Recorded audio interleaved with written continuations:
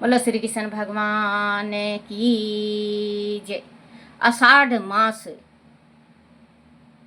कृष्ण पक्ष की अथ योगिनी एकादशी व्रत कथा। युधिष्ठिर बोले, जेठ शुक्ल पक्ष की निर्जला एकादशी का महात्म मैंने सुन लिया। आषाढ़ कृष्ण पक्ष की एकादशी का क्या नाम है? हे मधुसूदन, कृपा करके मुझसे कहिए। श्री कृष्ण जी बोले, हे राजन, व्रतों में उत्तम व्रत मैं तुमसे कहता हूँ। आषाढ़ कृष्ण पक्ष की योगिनी एकादशी का व्रत सब पापों को दूर करके भक्ति और मुक्ति को देने वाला है। पुराणों में लिखी हुई इसकी पाप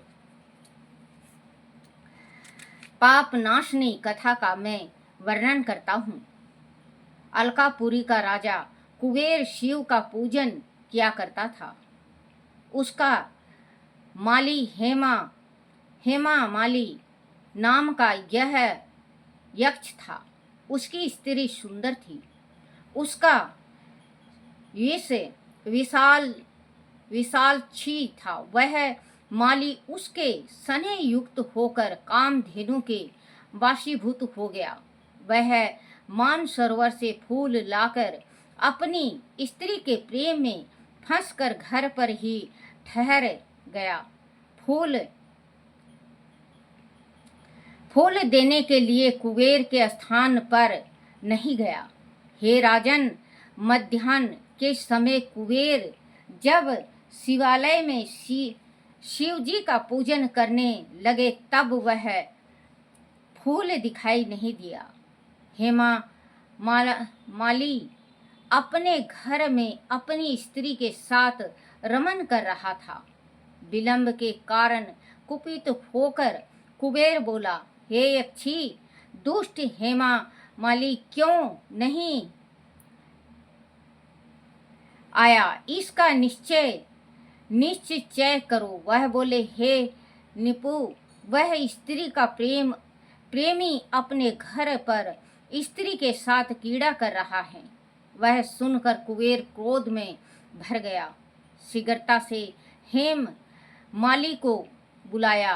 देर हो जाने के कारण वह माली भी भय से व्याकुल होकर वह आया। कुबेर को नमस्कार करके सामने खड़ा हो गया। उसको देखकर कुबेर के क्रोध से होठ फड़फड़ाने लगे और कुपित होकर कुबेर ने कहा, अरे पापी दुष्ट दुराचारी, तूने देवता का अपराध किया, इसीलिए तेरे शरीर में श्वेत कुष्ठ हो जाए और स्त्री से सदा वियोग रहे और इस स्थान से गिर कर नीचे गति को प्राप्त हो जा। कुबेर के इस प्रकार कहने पर वह उस स्थान से गिर गया और श्वेत कुष्ठ से पीड़ित होकर बहुत दुखी हुआ। ऐसे भयंकर वन में गया जहाँ अन्न और जल नहीं मिलता था, परंतु शिव जी की पूजा के प्रभाव से उसकी स्मरण शक्ति नष्ट नहीं हुई। पाप युक्त होने पर भी पहले कर्म का स्मरण बना रहा। वह भ्रमण करता हुआ हिमालय पर्वत पर चला गया। वह पर तपस्वी करम केंडु मुनि वर का दर्शन किया। हे राजन, उनकी आयु ब्रह्मा जी के 7 दिन के बराबर है। उनका आश्रम ब्रह्मा जी की सभा के समान है। उसने पाप किया था, इससे दूर से ही उसके चरणों में प्रणाम किया। परोपकारी करम कांडेयी मुनिवर ने उसको कुष्ठी देख कर उसे बुलाया और कहा कि तुम्हारे कुष्ठ कैसे हो गया?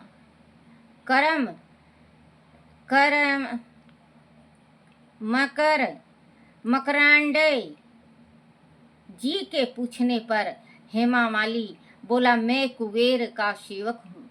हेमा माली मेरा नाम है। मुनि नित्य महासरोवर सरवर फूल लाकर शिव जी के पूजन के समय कुबेर को देता था। एक दिन मुझको देर हो गई, क्योंकि कामदेव के बासीभूत होकर मैं स्त्री के साथ विषय भोग में लग गया। हे मुनि, तब कुबेर ने कुपित होकर मुझे श्राप दे दिया। मेरे शरीर में कुष्ठ हो गया और स्त्री से वियोग हो गया। इसीलिए हे मुनि श्रेष्ठ, मुझे पापी को उपदेश दीजिए। मार्कंडेय जी बोले, तूने सत्य कहा और झूठ नहीं बोला, इसीलिए शुभ फल देने वाले व्रत का उपदेश कहूँगा। तू आषाढ़ पक्ष की योगिनी नाम की एकादशी का व्रत कर। इस व्रत के प्रभाव से निश्चय कुष्ठ दूर हो जाएगा। मुनि के इस वक्त को सुनकर उसने पृथ्वी पर लेटकर प्रणाम किया और उसने यह उत्तम व्रत किया। इसके प्रभाव से वह देव रूप हो गया, स्त्री से उसका मिलाप हो गया और इच्छा सुख मिला। हे निपु, बड़े पापों को दूर करने वाली और बड़े पुण्यों का फल देने वाली आषाढ़ कृष्ण एकादशी का व्रत मैंने तुमसे कहा। बोलो श्री कृष्ण भगवान की जय हो। फलहार, इस दिन मिश्री का सगार लेना चाहिए। बोलो एकादशी माता की जय हो। भागवत गीता का चौथा अध्याय का महात्म। भगवान विष्णु ने लक्ष्मी से कहा कि हे प्रिय, गीता के चौथा अध्याय का नित्य पाठ करने वाला प्राणी आदि किसी अन्य व्यक्ति को स्पर्श कर दे तो उसको मोक्ष प्राप्त हो जाता है। लक्ष्मी ने उत्सुकतावश पूछा कि हे नाथ, क्या ऐसा कभी हुआ है? तब भगवान विष्णु ने कहा कि हे लक्ष्मी, गंगा नदी के तट पर काशी नगर में एक मुनि का आश्रम था। वह नित्य प्रति गंगा में स्नान कर गीता के चौथे अध्याय का पाठ किया करते थे। एक दिन मुनि वन में गए। वह बेर के 2 वृक्ष थे। मुनि उनकी छाया में विश्राम हेतु बैठ गए। अधिक थक जाने के कारण शीघ्र ही उन्हें निद्रा आ गई। एक वृक्ष से उसके पांव लगे तथा दूसरे वृक्ष के साथ सिर लग गया। वह दोनों वृक्ष पृथ्वी पर आ गिरी। उनके पत्ते सूख गए। कुछ देर विश्राम करने के पश्चात मुनि तो अपनी आगे की यात्रा पर चले गए। लेकिन कुछ दिनों बाद ही बेर के वृक्षों ने कन्याओं के रूप में एक ब्राह्मण के घर जन्म लिया। बाल अवस्था से ही उन्होंने घोर तपस्या करनी शुरू कर दी। जब वह दोनों विवाह योग हुई तो ब्राह्मण को अपनी पुत्रियों के विवाह की चिंता सताने लगी। काफी खोजबीन के पश्चात जब ब्राह्मण को उनके लिए योग वर मिल गया तो दोनों पुत्रियों ने विवाह करने से इनकार कर दिया, क्योंकि उन्हें अपने पिछले जन्म की सभी बातें याद थी। उन्होंने अपने पिछले जन्म की सभी बातें अपने माता पिता को सुना दी और उनसे कहा कि वह उन मुनि से मिलना चाहती हैं जिनके स्पर्श मात्र से ही सॉरी बच्चों, उन्होंने उस अधम देह से मुक्ति पाकर मानव दे पाई है। फिर माता पिता से आज्ञा लेकर वह तीर्थ यात्रा पर निकल पड़ी। कुछ दिनों की यात्रा के पश्चात वह दोनों बनारस पहुंच गई। वहां उन्होंने जंगल में एक तपस्वी को देखा जो आंख मूंदे अपनी तपस्या में लीन था। वह दोनों उस मुनि को पहचान गई और उन्हें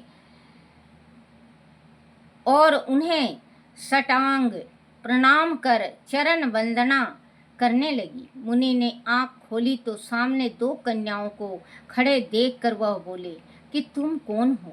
बालिक बालिक बालिकें तब वह कन्याओं ने अपनी परिचय देते हुए कहा कि हे मुनिवर, यह मानो देह हम आपके शपरस से ही प्राप्त हुई हैं।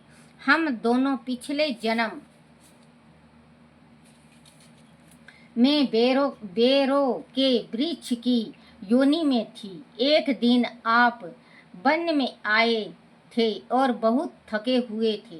शायद छाया में कुछ देर विश्राम करना चाहते थे। अंत आप बेर के वृक्ष की छाया में आकर बैठ गए। आपके लेटते ही बेर के एक वृक्ष से आपका सिर लगा तथा दूसरे से आपके चरण लगे। उसी क्षण हम बेर के उस वृक्ष की योनि से मुक्ति हुई और एक ब्राह्मण के घर जन्म लिया। हम ब्राह्मण कुल में पैदा होकर काफी सुखी हैं। आपकी कृपा और शपरस मात्र से हमने सद्गति पाई है। फिर मुनि ने कन्याओं की इच्छा जानकर उन्हें गीता के 4 अध्याय का फल दिया और दोनों कन्याओं ने मुनि को प्रणाम किया। उसके बाद मुनि अपने आश्रम की ओर चले दिए। उस दिन से दोनों कन्याएं गंगा तट पर स्नान करने के पश्चात गीता के 4 अध्याय का श्रद्धा से पाठ करने लगी और मोक्ष को प्राप्त हुई। भगवान विष्णु ने कहा कि हे लक्ष्मी, जो प्राणी इस अध्याय का स्नान करने के पश्चात श्रद्धा से पाठ करेगा वह अवश्य मोक्ष को प्राप्त होगा। बोलो श्री कृष्ण भगवान की जय। श्री कृष्ण गोविंद हरे मुरारी, हे नाथ नारायण वासुदेवाय, हे नाथ नारायण वासुदेवाय, हे नाथ नारायण वासुदेवाय। बोलो गीता महात्म्य की जय। एकादशी माता की जय। श्री कृष्ण भगवान की जय हो।